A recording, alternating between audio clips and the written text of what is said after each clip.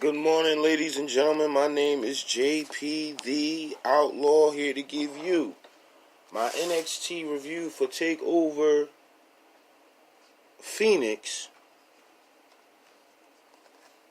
January the 26th, 2018. Yesterday was the 26th, I believe. Fantastic match, you guys. I love this Takeover pay-per-view. Takeovers in the beginning of the year are always great. Last year we got Andrade Cien versus Johnny Gargano for the main event, the NXT Championship, which was one of their best matches ever. Of course, a 5-star classic, voted by Dave Meltzer, Big Dave. You won't see any 5-star classics here, though. Okay, don't get it fucked up. It was a great pay-per-view. I think it was one of the best they've ever put on as far as a takeover.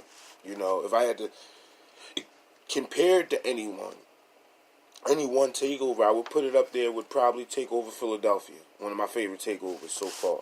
Not because I'm from Philly, but anyway.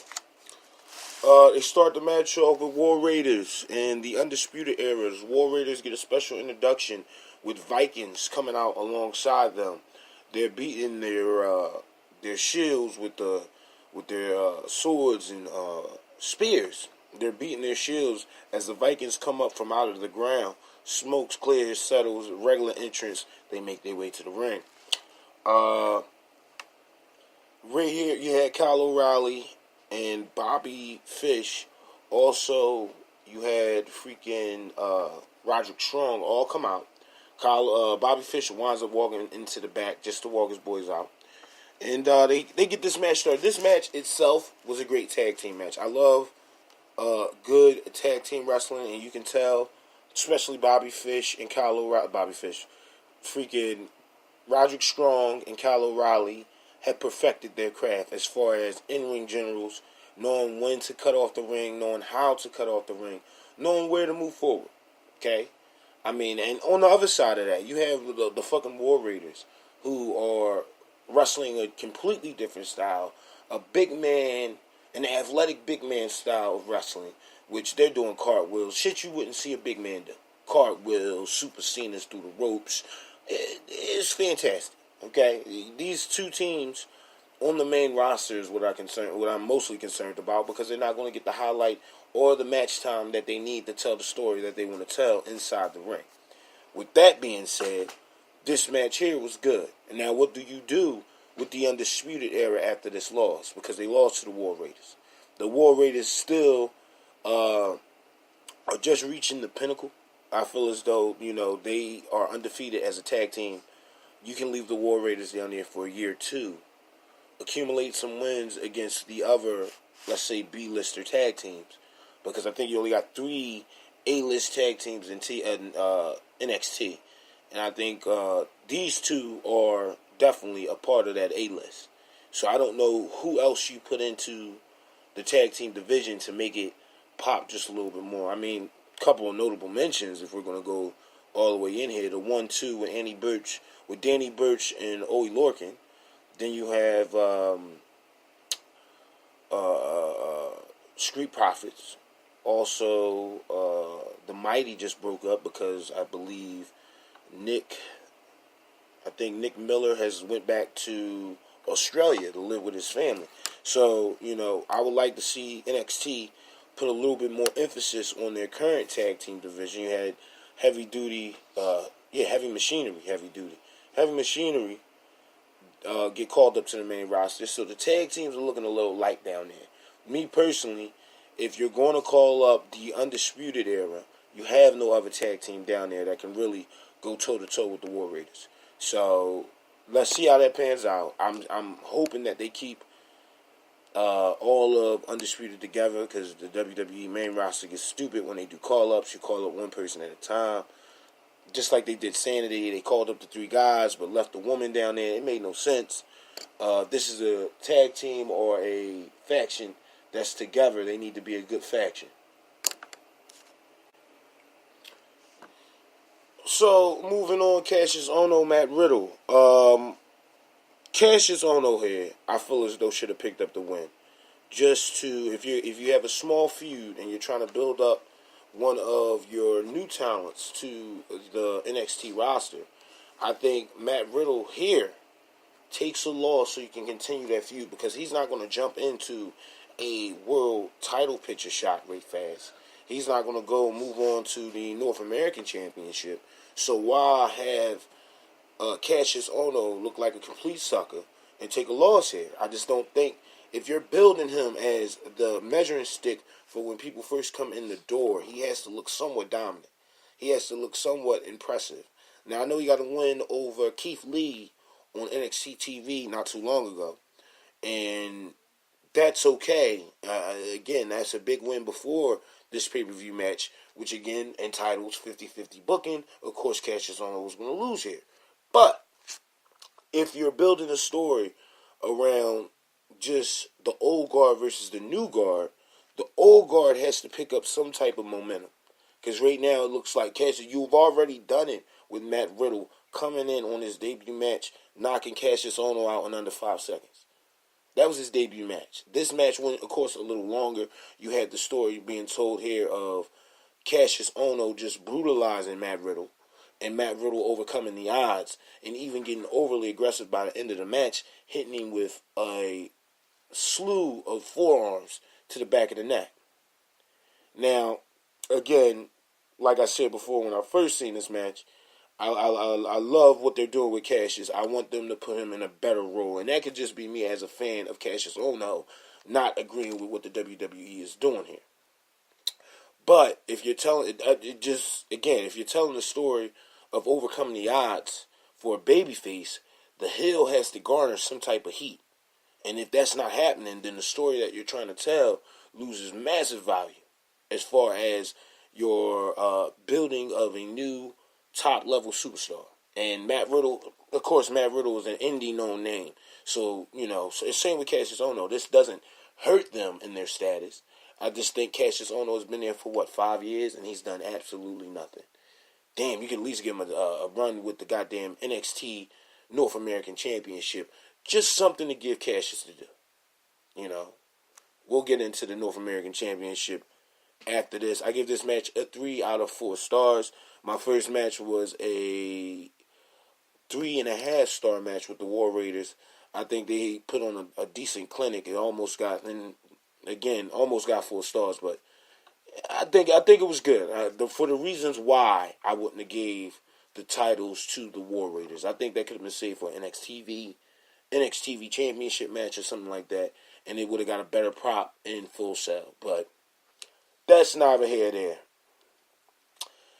We're on our third match of the night, Johnny Gargano versus Ricochet. What the fuck? A lot of flippy shit here, and I'm not going to go into the details of the match. If you have time in the course of your day, take the time, watch this match, and you tell me what you think of it, okay? And you leave a comment down below. Let's get interactive. A lot of flippy shit. This match changed the game only because of the story that you're telling with Johnny Gargano. If Ciampa is the equivalent of the Joker, Johnny should be the equivalent of Batman. Simple and plain.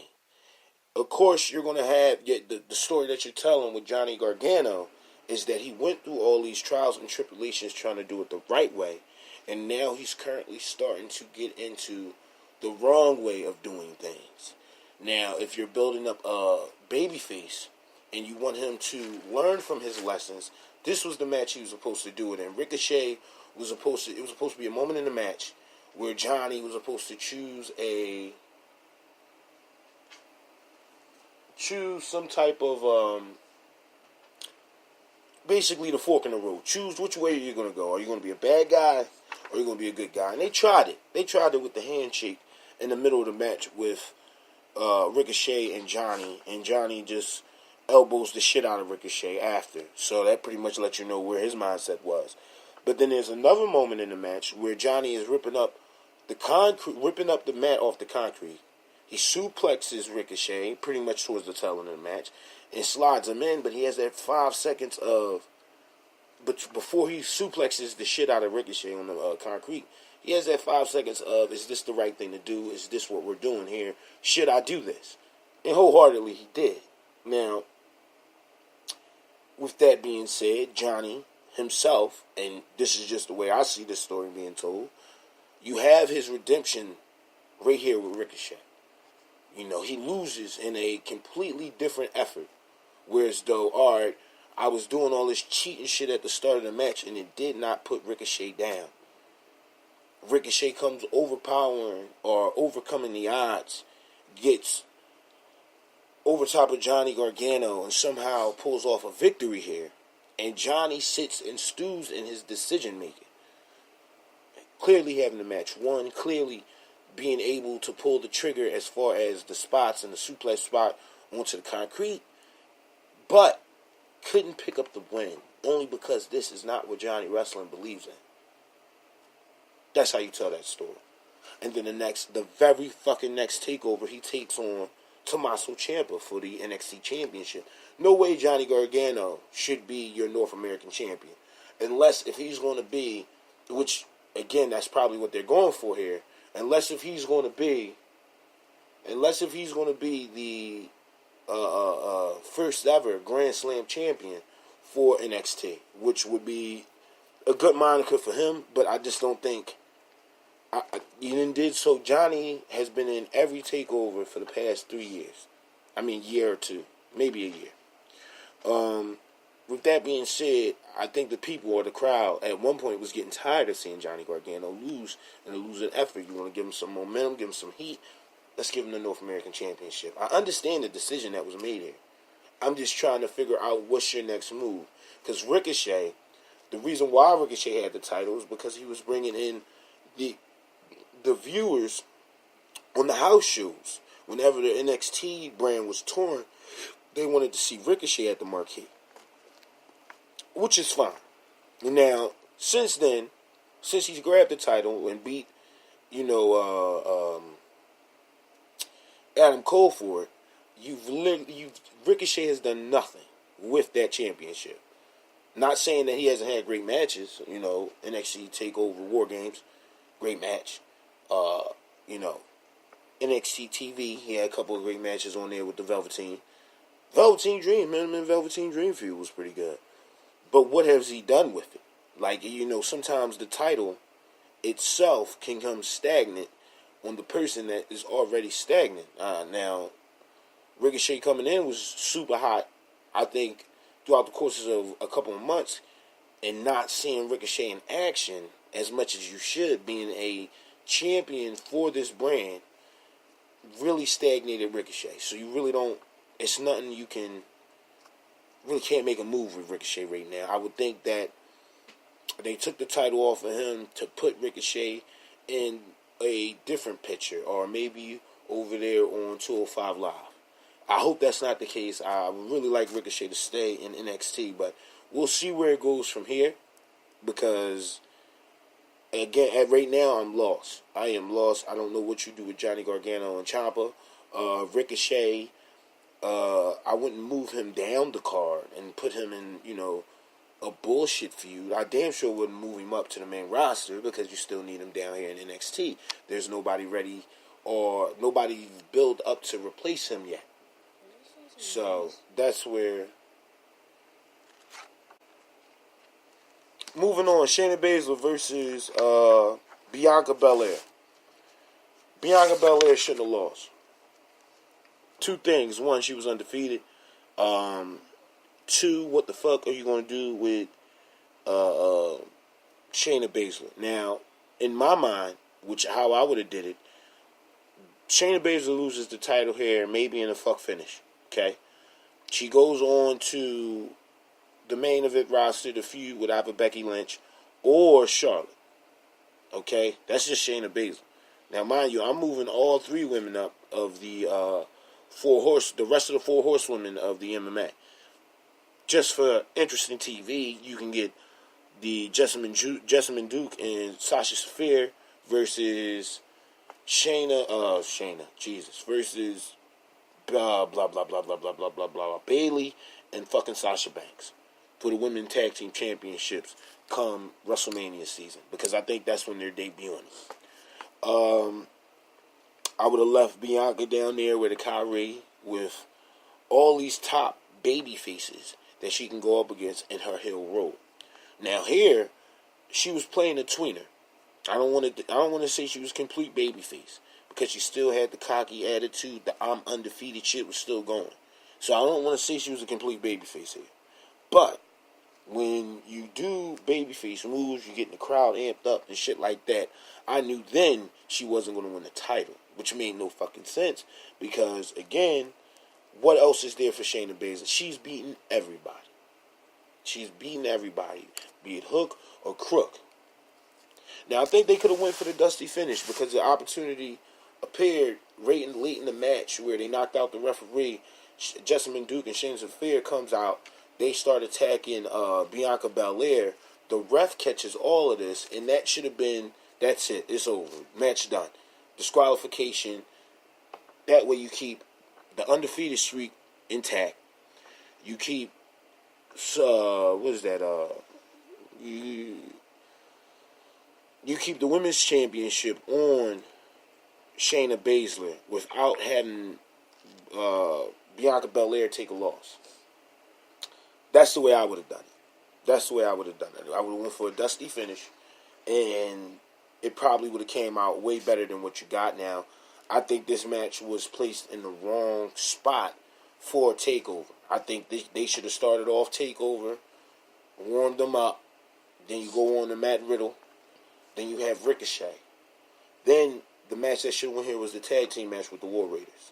Because that match, it didn't serve as a cool-down match. It really served as a keep the crowd hot match here. And I think that would have kept, I think the War Raiders match would have kept the momentum from the Johnny Gargano match and moving on into the main event between Aleister Black and Tommaso Ciampa. Because I feel as though the women's match here really slowed everything down and not taking nothing from the women. I just feel as though that you still have green as fuck Bianca Belair, and you have a green as fuck Shayna Baszler. Shayna's a little bit better, but so is Bianca. They're a little bit better than when they first started, but they're still green. And this is where your psychology in the ring and your match awareness falls apart. Because now you're going into your next match, which is your main event with your top stars, making this match look pretty much irrelevant. Okay? So that's how I feel about that. In your main event, Tommaso Ciampa. Tommaso Ciampa versus Aleister Black. Great match here. I think Ciampa should have somehow took a loss here. I feel as though Aleister Black is still hurt. I think Ciampa was in the driver's seat for most of this match after he introduced Aleister Black to the steel steps.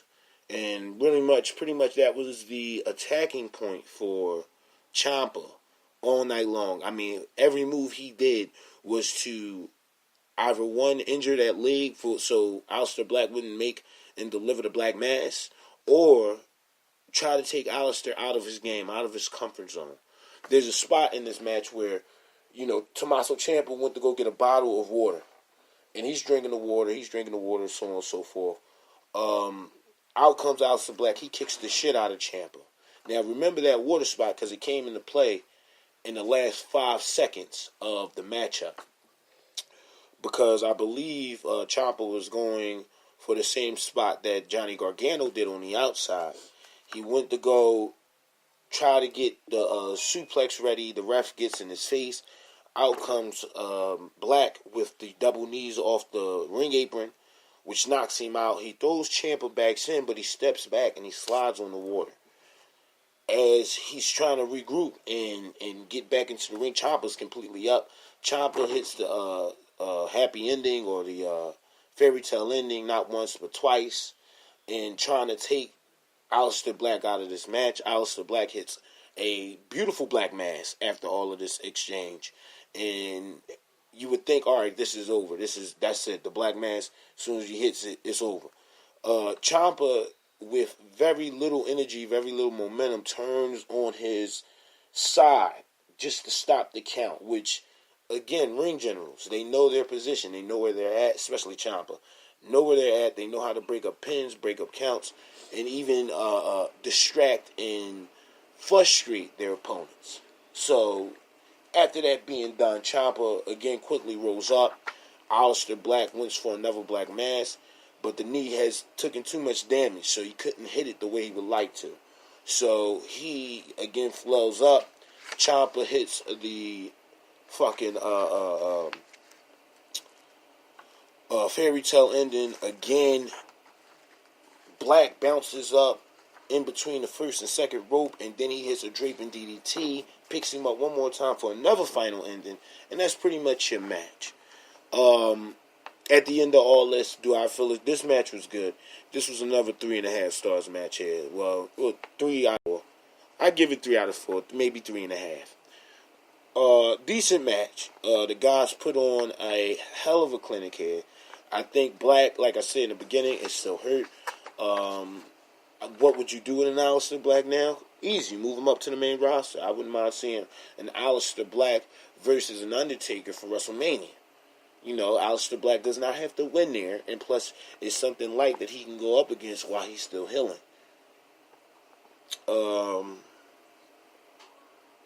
Ciampa and Gargano. I think the story is not done. Do I feel as though they need both of the championships? No. Now you can run off 2 different stories from here. Well, and I was thinking on it last night. You could do a champion versus champion. Winner takes all. You know, you have your North American champion going up against your heavyweight champion, which is the NXT championship, and whoever wins now holds both titles. Now that could be one of those. All right, well, now you have both titles. You're the man of NXT. Whichever one wins has to move on in either scenario. The other scenario I give you is, okay, Johnny Gargano wants Ciampa. Okay, he wants to fight Ciampa. So he gives up his North American Championship for an opportunity against the NXT champion. That will free up the title, and now you could run a 6-man ladder match at the next Takeover for the vacant title, which whoever they give it to, then Velveteen. Everybody else in that match have either been called up or been NXT champions from last year, which I believe is Killian Dane, Lars Sullivan, Velveteen Dream, EC3, Adam Cole, baby, and Ricochet. With all these names mentioned, is either been champion or called up. So, however you want to do it, I think you can do it. I think the Ciampa and the Gargano story is not quite done yet. Before they move on from it, they really need to close this story out.